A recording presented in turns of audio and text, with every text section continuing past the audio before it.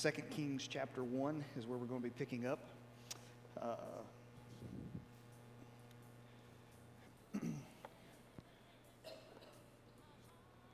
Before we get into class, I want to make mention of a couple of texts that came to my mind as we were sitting there just a moment ago, and the storm was starting to pick up a little bit, and I'm sure it will continue to. But it made me think of a phrase that's found a few times in the Psalms. And for an example, Psalm 57:1, "Be merciful to me, O God, be merciful to me.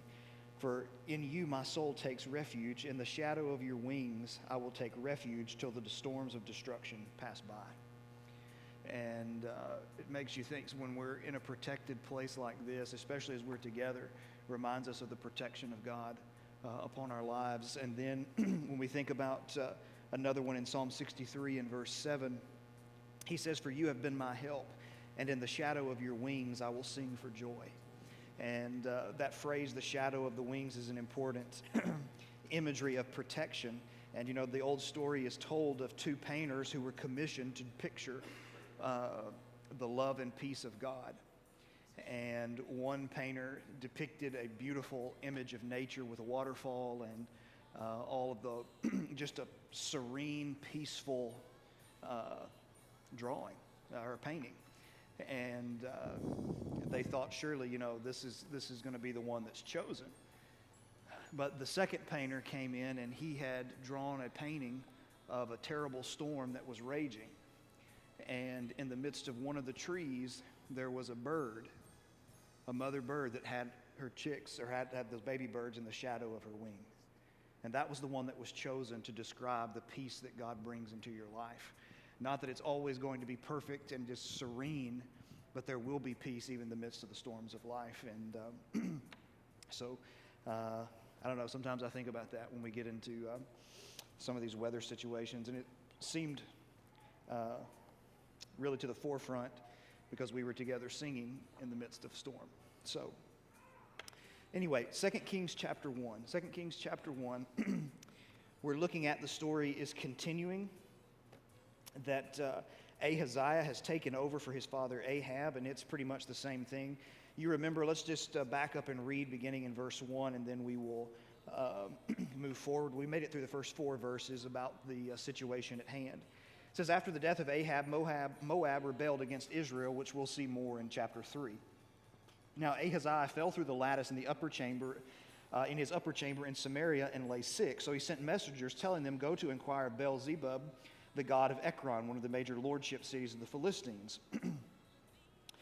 'whether I shall recover from this sickness,' which was a common thing, but not a good thing for a king of Israel who has God on his side. He should not have inquired of that place. But the angel of the Lord said to Elijah the Tishbite, 'Arise and go up and meet the messengers of the king of Samaria, and say to them, is it because there is no God in Israel that you are going to inquire of Beelzebub, the god of Ekron? Now therefore, thus says the Lord, you shall not come down from the bed to which you have gone up, but you shall surely die.' So Elijah went."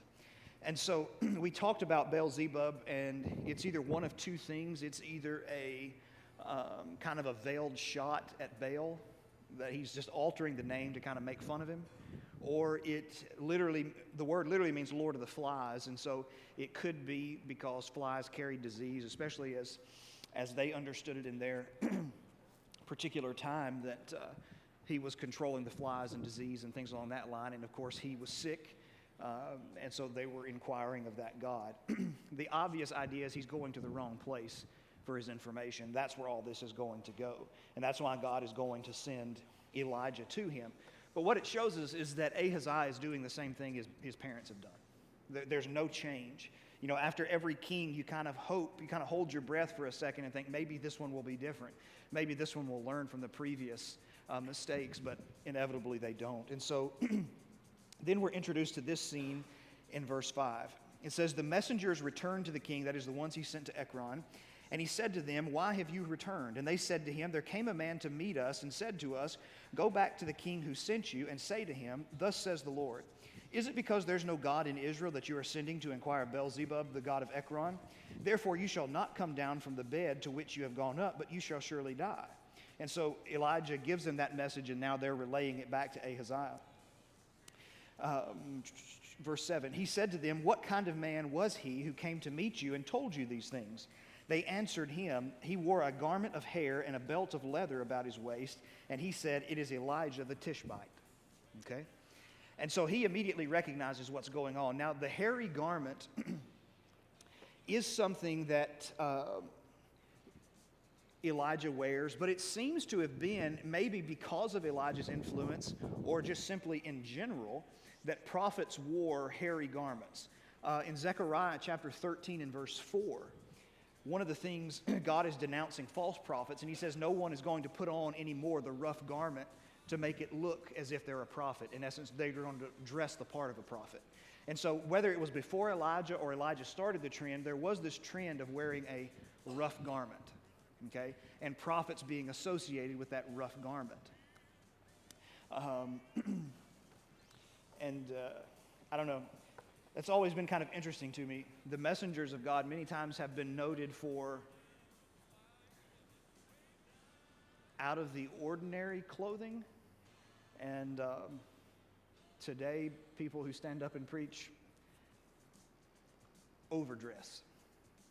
They have on their suits and ties and everything else, and it's just kind of completely the opposite of the way the original messengers were. I'm not making an argument either way. I'm just making an observation. It's just kind of interesting how it changes. But he immediately recognizes him, and he has this leather belt. Now, we'll get into this more in the next chapter, and this really has to do more with what we're going to see in the next chapter. But there is obviously a strong connection between Elijah and John the Baptist. Okay, when we meet John the Baptist, someone read for us Matthew chapter 3 and verse 6. Matthew chapter 3, actually, that's not right. Matthew chapter 3 and verse 4. Matthew chapter 3 and verse 4.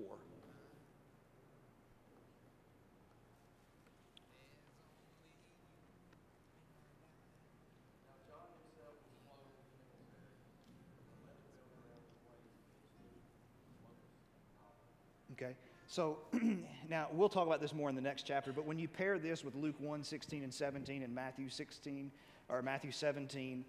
9 through 14 and other places, John the Baptist is the Elijah that was to come. Malachi 4, 5, and 6, the Old Testament closes with a statement that says Elijah will come before basically the Messiah does.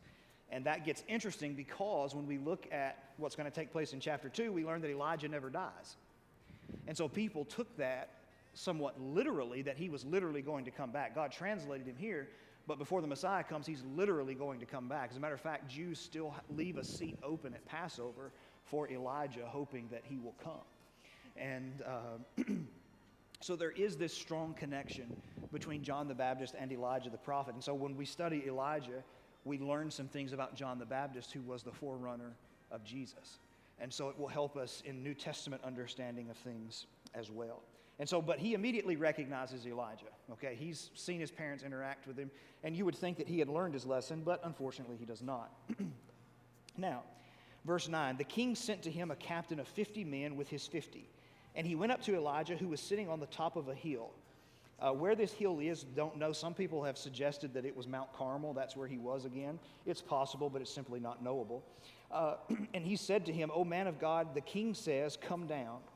But Elijah answered the captain, "If I am a man of God, let fire come down from heaven and consume you and your 50. The fire came down from heaven and consumed him and his 50.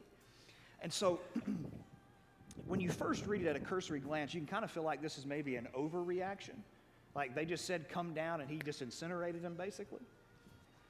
But the idea, what you have to keep in mind is what we've seen in the previous chapters. When they say come down, that's not a suggestion. It's not an invitation. They're there to arrest him and to escort him, okay? Because what happened with Micaiah in 1 Kings 22? Arrest him. What did Ahab and them do for 3.5 years after Elijah predicted the drought? They searched everywhere for him. They tried to arrest him. They tried to kill him. And so this is what they're trying to do. Ahaziah is trying to punish Elijah for the prophecy that he's given. And so God obviously responds and says, this is not the way this is going to be. And so they deal roughly with the prophet. And God defends his prophet with fire from heaven, which is interesting because this is where we get into a lot of different things. So when you study Scripture and themes, there are tons of them, literally tons of them. And one of the things that you can study is fire, strangely enough. And fire is many times associated with God's presence, obviously. Exodus 3, you've got a burning bush. Exodus 19, when he makes his appearance at Sinai to reveal the law, there is fire there, that smoke going up. And but you also see fire in judgment when God is using it. Genesis 19, he rains down fire and brimstone on Sodom and Gomorrah. Leviticus 10, he incinerates Nadab and Abihu for their transgression. And so this is not an uncommon thing, but especially with Elijah. Because this is how Elijah won the victory in 1 Kings 18 on Mount Carmel. God incinerated the offering by fire. Now what's interesting is, on this occasion, fire comes down and delivers Elijah from being arrested. And in the next chapter, fire is going to come down and take him up to heaven. There's this association with Elijah and fire that's quite interesting. I wish I had the time to really dig into it, but, I keep telling myself maybe one of these days. But there is something about Elijah and this theme of fire that is very, very obvious just upon a cursory reading.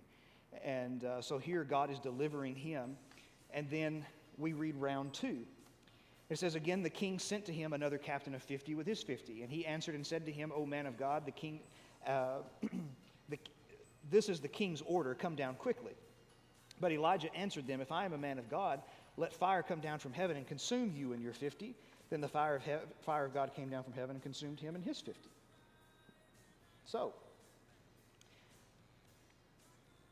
let's pause right there for a second and go to Luke chapter 9.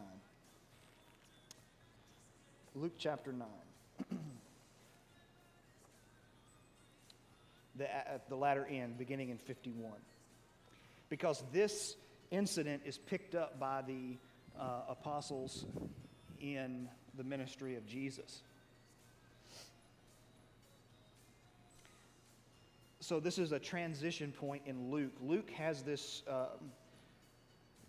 one of the trajectories of Luke, that is, you're constantly watching it progress toward a grand moment. One of the trajectories of Luke is Jerusalem. There's this constant discussion of Jerusalem, and not the city itself, but what Jesus is going to accomplish at Jerusalem really becomes the theme. And it starts here in Luke 9 and 51, when it says, when his days drew near for him to be taken up, he set his face to go to Jerusalem.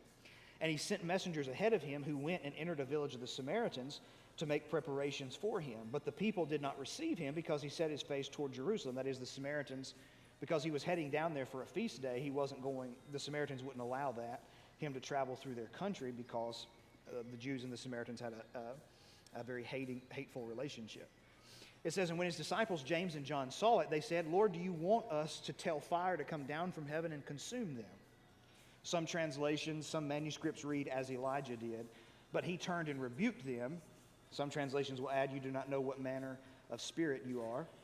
And they went on to another village. And so they were ready to incinerate this village in Samaria, which would have been somewhere in the same region where all this is taking place in 2 Kings chapter 1. Okay? And so they're saying, do you want us to wipe these people off the map? And Jesus changes the model and the paradigm, and he says, you don't know what we're here for. We're not here to destroy men's lives. We're here to save them. Okay? We're here to save them. And so it's something to keep in mind that will help us, and we don't have the time to weave everything together. But I do point this incident out amongst many other incidents to say, to understand the New Testament, you really have to pay attention to the Old. You can understand the New, but if you really want to grasp what's going on, the Old is going to light it up for you, okay? And you see this contrast here between what Elijah does on this occasion and how the disciples saw themselves kind of in that same role as Elijah, like it shows you that their idea of the kingdom, again, was of an earthly kingdom.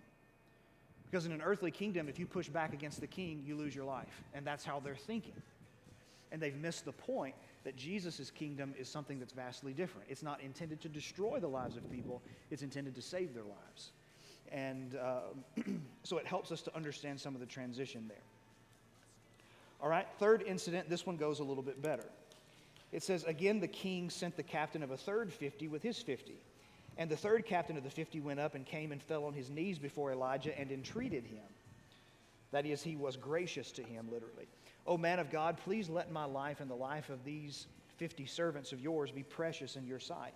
Behold, fire came down from heaven and consumed the 2 former captains of the 50 men in their 50s. But now let my life be precious in your sight. So you see a change in tone, right? The way that he approaches the man of God. And one of the things we're going to see in the latter part of the second chapter is how you approach the man of God, the representative of God, says something about how you view God, and God takes it very personally when people act roughly with his prophets, okay?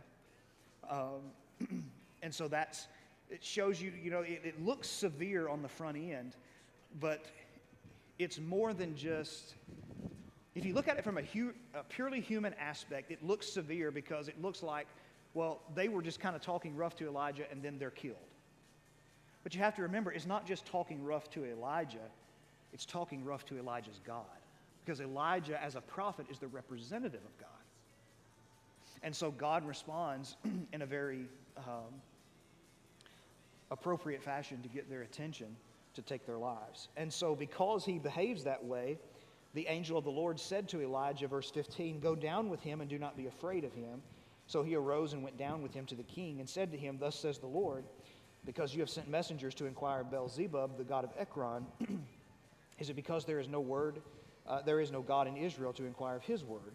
Therefore you shall not come down from the bed to which you have gone up, but you shall surely die. Now again, that phrase, you shall surely die, on the front end, it's a very technical term. It's used, for an example, in Genesis 2, God says to them in the garden, the day you eat of it, you shall surely die. And so it's a judicial statement that says you're going to die for your transgressions. And so the idea is, so from an outsider's perspective that looks at Ahaziah's death, an outsider would say, Ahaziah died as a result of his injuries sustained in his fall. God said Ahaziah is going to die because I'm going to take his life. It may look like it's sustained from the injuries, but he's going to die because he went to the wrong source. I'm going to take his life. This is divine judgment, okay? So, verse 17, it happened. So he died according to the word of the Lord, that the word of the Lord that Elijah had spoken. Jehoram became king in his place in the 2nd year of Jehoram, the son of Jehoshaphat, king of Judah, because Ahaziah had no son. Now the rest of the acts of Ahaziah that he did, are they not all written in the books of the Chronicles, the book of the Chronicles of the kings of Israel? So this is where we get to this, as we said, a confusing point, or can be confusing if we don't watch carefully. It says Jehoram became king in his place in the 2nd year of Jehoram, the son of Jehoshaphat. So what do we have?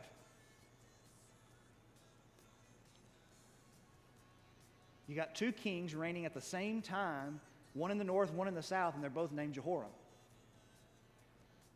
Okay? So you have to watch very, very closely when you're reading what's going on, because, notice it again, Jehoram became king in his place. His who? Ahaziah. So Jehoram, king of the north.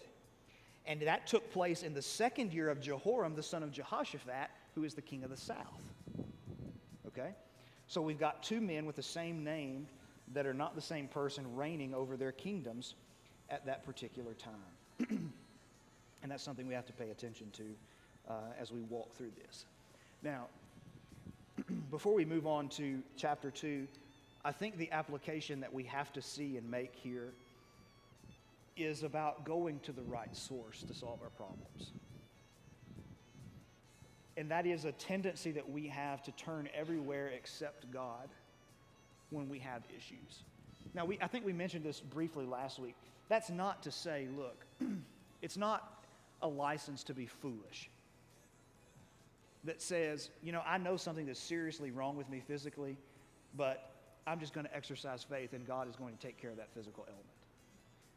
Okay? That is way far and extreme. God also expects you to use common sense and to make, use of medicine and different things that are available to you to take care of yourself. But there is this tendency for us to put our trust in the wrong place. Okay, this person that we're looking to can only do so much. They can only do so much.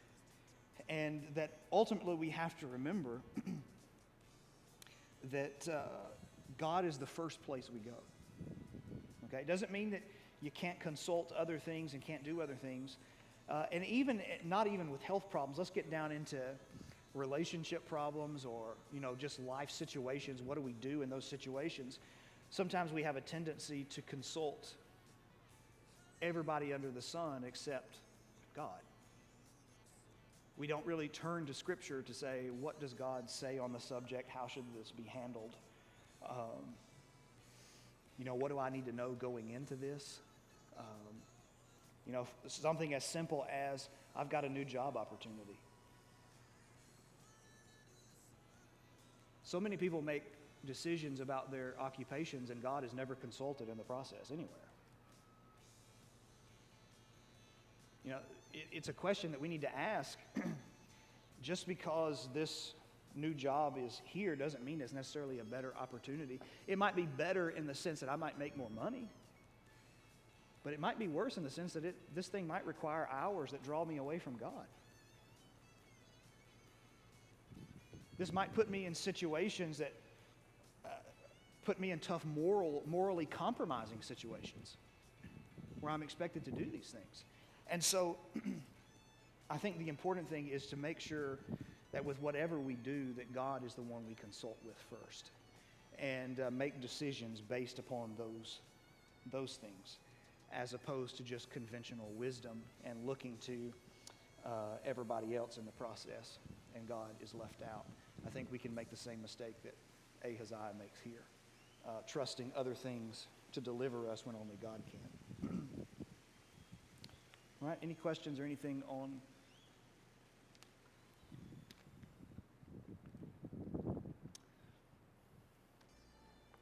All right, let's look at chapter 2 now. This is about the succession of Elijah. When I sat down to study this, I had an idea, or at least I thought I had an idea of what was going on. And at a precursory glance or reading of it, there were some things that kind of caught my eye to begin with. I did not realize what all this chapter was going to unfold. And that kind of leads to this. And I drew this before because, well, let's be real, you've seen me drawing live and it's just a hot mess. So in this chapter, the first thing that caught my eye when I read it was locations. Okay? For an example, the chapter follows this model of different locations.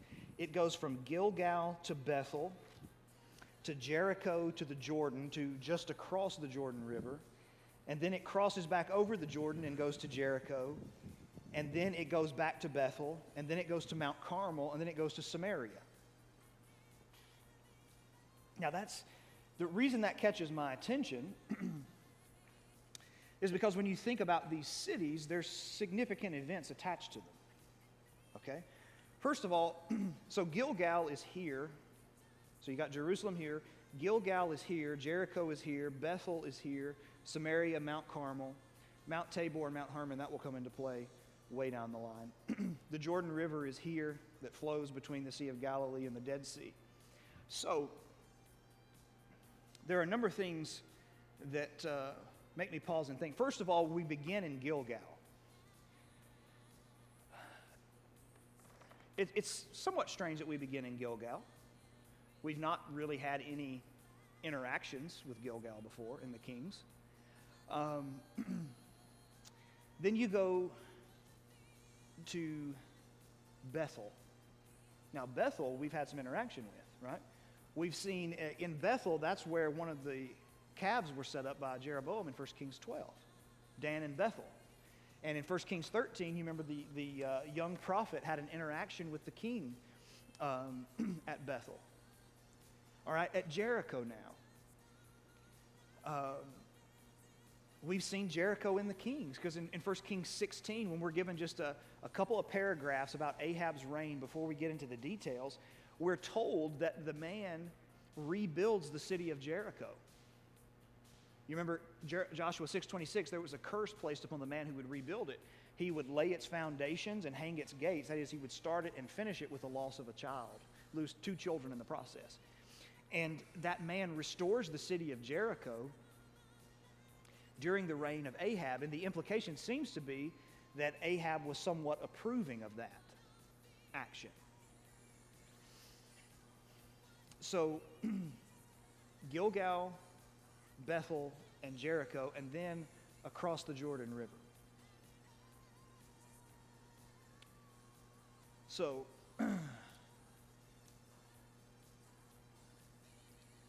but then you back up and you think Gilgal, Bethel, and Jericho. And you think outside of the kings. Now, what's significant about these places? Well, Gilgal is the place when they crossed the Jordan River in Joshua 3 and 4 under the reign of Joshua, or under the leadership of Joshua. They rested in Gilgal, and there they instituted circumcision again for the first time. And then they went and they took the city of Jericho in chapter 6. And then they took Bethel, connected with Ai, in chapter 8.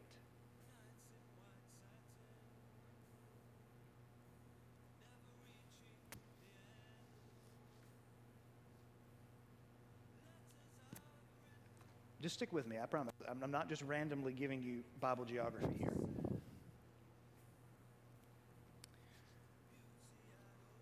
So then Elisha, after Elijah is taken up into heaven, so they cross the Jordan and Elijah is taken up into heaven somewhere over here.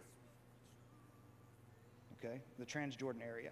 And then Elisha crosses back to the Jordan and he goes to Jericho, and then he goes to Bethel.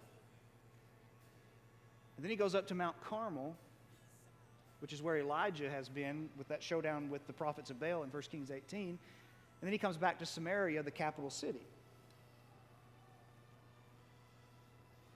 Now, let's throw some other things in here.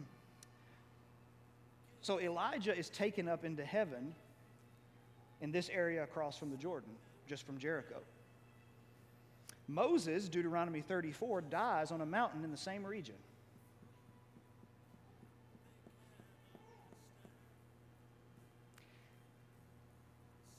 Furthermore, John the Baptist, who, as we said, was very emblematic of Elijah, was baptizing in Bethany on the other side of the Jordan. The same spot. Now, further, so you have Moses and Elijah, both men who were leaders, and Elijah, by the way, was seen as a new Moses. Moses was the lawgiver, and Elijah was considered the restorer to the law. He was calling people back to the law. So there's this close relationship between Moses and Elijah. Now, that's where these mountains come in. You've got Mount Tabor and Mount Hermon. Now, the reason why we have these two up here is because these are the two most likely sites of the Mount of Transfiguration in Matthew 17. Mount Tabor was thought to be initially the site. Recent uncoverings and things have kind of led to rejecting that, and now it's considered to be Mount Hermon. So, you've got Moses and Elijah, and they both have another thing in common. Way back over here on the map, if you look down, you can see Sinai. And Moses went up on Sinai to meet with God. And in 1 Kings chapter 19, where did God send Elijah when he was struggling? He sent him back to Sinai. So these two men who die or are translated, in Elijah's case, in the same place, both have met with God in a mountain, and in the New Testament we find them meeting with Jesus, meeting with God on another mountain, the Mount of Transfiguration at Mount Hermon.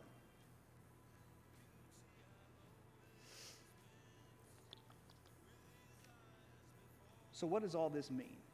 This is something we have to catch. We have to pay attention to and catch it carefully. So Elijah is paralleled to a new Moses. And Elisha is paralleled to a new Joshua. Okay? That is, their relationship was so close, much like Moses and Joshua. And so that's why we see, now you remember when we talked about in 1 Kings 21 when Ahab wants to turn that place into a vegetable garden, and it didn't make any sense. And we talked about how it seemed like they were trying to re-Canaanize the land, to reverse what God had done to the land and make it like the people before. Okay, the fact that Elijah visits Gilgal and then Bethel and then Jericho and then crosses over the Jordan and is there translated into heaven, it's as if he's reversing the conquest that Joshua started. The people are getting what they wanted. Okay? Now, when Elisha comes back across,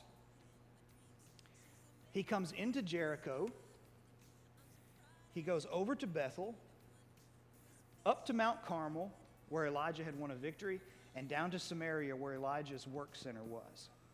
And so when Elisha comes back across, he is seen to be the successor of Moses. Whereas Moses died here, Elijah is translated here. And so when Elisha comes back across, he picks up where Joshua would have picked up. And he comes back to these cities, and he goes up here and confirms himself as the new prophet like Elijah. Okay? And so what we're seeing is the succession of Elisha to Moses. And there's a message being sent by the route that Elijah has tried to restore the people of Israel, but they are bent on going back to the way the land was before when they found it. And the way Elijah leaves shows that they have rejected God, and the way Elisha re-enters shows that he's here to try and do the same thing that Elijah has done. Okay? Now, don't ask me to say all that in order again, because I don't remember the order I gave it to you in. But I just say that to say there are significant moves going on here. And they're literary devices that we don't, as Americans, pick up on, but Jews would have. Okay? So when Jesus comes down from the Mount of Transfiguration in Matthew 17, or in Mark 9, I think it is, in that account, you remember what Jesus encounters when he comes down from the Transfiguration? I think it's Mark's account where we have the young boy who is demon-possessed. And the disciples can't cast him out. You remember the father comes and says, why? We've tried everything, and your disciples can't cast him out. So what do you have? The unbelief of the disciples. Okay? So when Moses was up on Sinai receiving the law, what happened?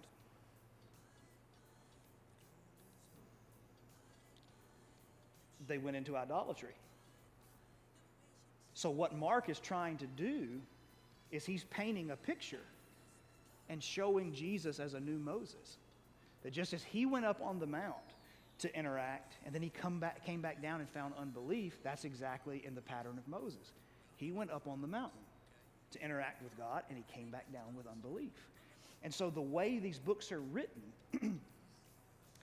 there are literary clues in them of previous patterns that help us to understand the significance.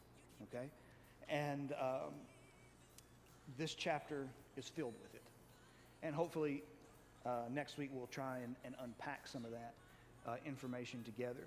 But pay attention when you read through, look at those cities again, and just kind of get familiar with tracing those steps. And we'll try and trace them together again, thinking about what is going on and how this helps us when we come to the New Testament. Because it really sheds light on, if John the Baptist really is, and he is, Matthew 17, Luke 1, 16 and 17, if he really is the new Elijah,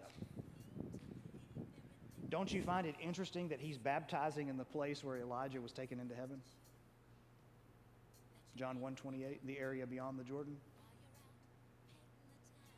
They're telling us something here. And it's really cool when you start seeing some of that stuff. So anyway, any questions or anything on that before we...